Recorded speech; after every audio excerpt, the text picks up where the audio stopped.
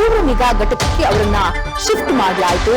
ತೀವ್ರ ವೈದ್ಯಕೀಯ ಆರೈಕೆ ಮತ್ತು ಹಲವು ಹೊತ್ತು ಮಾನಿಟರ್ ಮಾಡಿದಂತಹ ನಂತರದಲ್ಲೂ ಕೂಡ ಚಿಕಿತ್ಸೆ ಮಾಡ್ತಾ ಇದ್ದಂತಹ ಟೈಮ್ನಲ್ಲಿ, ಚಿಕಿತ್ಸೆ ಕೊಡ್ತಾ ಇದ್ದಂತಹ ಟೈಮ್ನಲ್ಲಿ ಎಸ್ ಜಾನಕಿ ಅವರಿಗೆ ಕಾರ್ಡಿಯಾಕ್ ಅರೆಸ್ಟ್ ಆಗ್ಬಿಡ್ತು. ಅದಾದ ನಂತರ ಸಿಪಿಆರ್ ನ ಅವರಿಗೆ ತಕ್ಷಣ ಪ್ರಾರಂಭ ಮಾಡಲಾಯಿತು.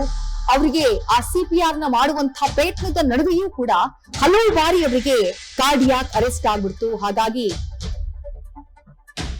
ರೈಟ್, ನಮ್ ಜೊತೆ ಕನ್ನಡದ ಹಿರಿಯ ನಟರು ಅನಂತ್ ನಾಗ್ ಅವರು ದೂರವಾಣಿ ಸಂಪರ್ಕದಲ್ಲಿ. ಸರ್ ನಮಸ್ಕಾರ. ನಮಸ್ತೆ. ನಮಸ್ಕಾರ.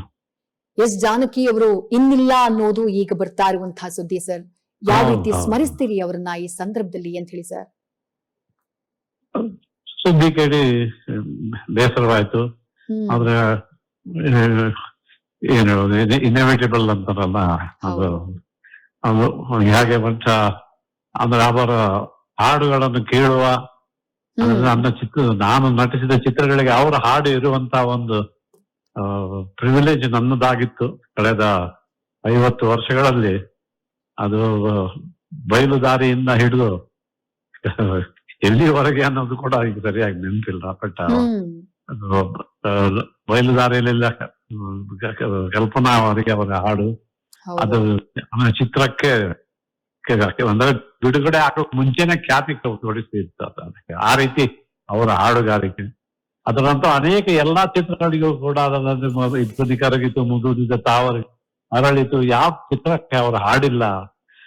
ನನಗೆ ಅಂದ್ರೆ ಅವರನ್ನು ಭೇಟಿಯಾಗ, ಅವರದ್ದು ಕಾಲು ಮುಟ್ಟಿ ನಮಸ್ಕಾರ ಮಾಡಿ ಅವರ ಆಶೀರ್ವಾದ ಪಡೆಯುವ ಒಂದು ಅವಕಾಶ 4-5 ಸಲ ಸಿಕ್ಕಿತ್ತು. ಅದನ್ನ ನೆನ್ಸ್ಕೊಂಡು ಮತ್ತು ಅವರ ಹಾಡುಗಳನ್ನು ಕೇಳಿ ಅದ ಆನಂದಿಸಿದವನ್ ನಾನು. ಅಂತ ಹಾಡುಗಾರ್ತಿ ನಾನು ನೋಡಿಲ್ಲ.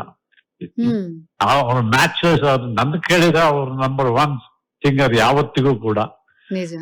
ಇವತ್ತು ಅವ್ರಿಲ್ಲ ಅಂತ ಕೇಳಿ ಬೇಸರ ಆಯ್ತು. ಟಿವಿ ಬಂದ ನಿಮ್ದು ಟಿವಿ ಹಾಕಿದ್ದೀನಿ, ಇದೆಲ್ಲ ಬರ್ತಾ ಇದೆ. ಸೊ ಏನ್ ಹೇಳೋದು, ಅಷ್ಟೇ ಬಹಳ. ಬಟ್ ನನ್ನ ಅವ್ರ ಫೇವರಿಟ್ ಇವತ್ತಿಗೂ ನನ್ನ ಒಂದರ ಎಲ್ಲ ರೀತಿಯ ಹಾಡುಗಳನ್ನು ಅವ್ರು ಹಾಡಿದ್ದಾರೆ, ಎಲ್ಲ ಭಾಷೆಗಳಲ್ಲಿ ಹಾಡಿದ್ದಾರೆ.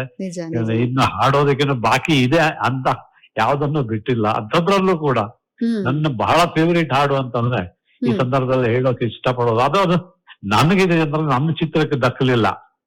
ಬಟ್ ಅದನ್ನ ದಿವಂಗತ ಗೀತಪ್ರಿಯರು ಬರೆದಿದ್ದು, ಅದು ವಿಷ್ಣು ನಟಿಸಿದ್ದು. ಅದನ್ನ ಹಾಡನ್ನ ಆರ್ತಿಯವರ ಚಿತ್ರದಲ್ಲಿ ಹಾಡಿದ್ದಾರೆ. ಅದು ಹೊಂಬಿಸಲು ಚಿತ್ರಕ್ಕೆ. ಅದು ಕೂಡ ಒಂದು ಅಂದ್ರೆ ಅವರ ರೊಮ್ಯಾಂಟಿಕ್ ಹಾಡುಗಳಿಗೆ ಜಾನಕಿ ಅವರು ಬಹಳ ಪ್ರಖ್ಯಾತರು. ಆದ್ರೆ ಇದರಲ್ಲಿ ಗೀತಪ್ರಿಯರ ಹಾಡಿನಲ್ಲಿ ಒಂದು ದುಂಬಿ ಮತ್ತು ಒಂದು ಹೂ ಅವನ್ನಿಟ್ಕೊಂಡು 3 ಆಕ್ಟೇವ್ಸ್ ಅಲ್ಲಿ ಅವರದನ್ನ ಹಾಡಿದ್ದು ಇವತ್ತಿಗೂ ಅದು ಎಲ್ಲಾದ್ರೂ ಕೇಳಿದ್ರೆ ನಾನು ಅದನ್ನ ಸ್ತಬ್ಧನಾಗ್ಬಿಡ್ತೀನಿ. ಕಣ್ಣು ಮುಚ್ಕೊಂಡು ಫುಲ್ ವಾಲ್ಯೂಮ್ ಆಗಿ ಕೇಳ್ತಾ ಇರ್ತೀನಿ, ರೇಡಿಯೋ ಇರ್ಲಿ ಎಲ್ಲೇ ಇರ್ಲಿ. ಆ ರೀತಿ ಅದೊಂದು ಹೂವಿಂದ ಹೂವಿಗೆ ಹಾರುವ ದುಂಬಿ ಏನನ್ನು ಹಾಡುದುವೆ ಆ ಹಾಡು. ಅದು ನನಗೆ ಯಾವಾಗ್ಲೂ ಅವರ ಫೋಟೋ ಅಥವಾ ಅವ್ರ ಬಗ್ಗೆ ಯೋಚನೆ ಬಂದಾಗ ಆ ಹಾಡು ಒಂದು ಇಂದಿಗೂ ನನಗೆ ಶಾಶ್ವತ ಒಂದು ರೀತಿ ಅಷ್ಟೊಂದು ಹಿಡಿದಿಟ್ಟು ಬಿಟ್ಟಿದೆ. ಅದೊಂದು ರೀತಿ ಬಹಳ ನನಗಂತ ಅದರಲ್ಲೂ ಒಂಥರ ಅದು ಒಂದು ಆಧ್ಯಾತ್ಮಿಕ ಹಾಡು ಅನ್ನೋ ರೀತಿ ನನಗೆ ಮನಸ್ಸಿಗೆ ತಟ್ಟಿದೆ ಅದು ಅವರ ಹಾಡಿದ್ದು. ಅಂತ ಹಾಡುಗಾರ್ತಿಯವರು ಇನ್ನಿಲ್ಲ ಅಂತ ಬೇಸರ ಅನ್ಸೋದು. ಬಟ್ ನನಗೂ ನಮ್ಮ ಚಿತ್ರಕ್ಕೂ ಅದೇ ತರ 3 ಆಕ್ಟೇವ್ಸ್ ಅಲ್ಲಿ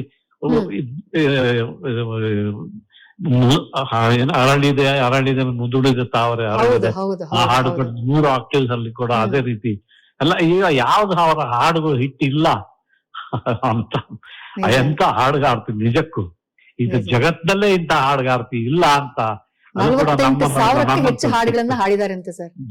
ಅದಾಗಿ ನೋಡ್ತಾ ಇಂಗ್ಲಿಷ್, ಹಿಂದಿ, ಸಂಸ್ಕೃತ, ಒಡಿಯಾ, ಪಂಜಾಬಿ, ಬೆಂಗಾಲಿ, ಕೊಂಕಣಿ, ನಿಮ್ಟೆ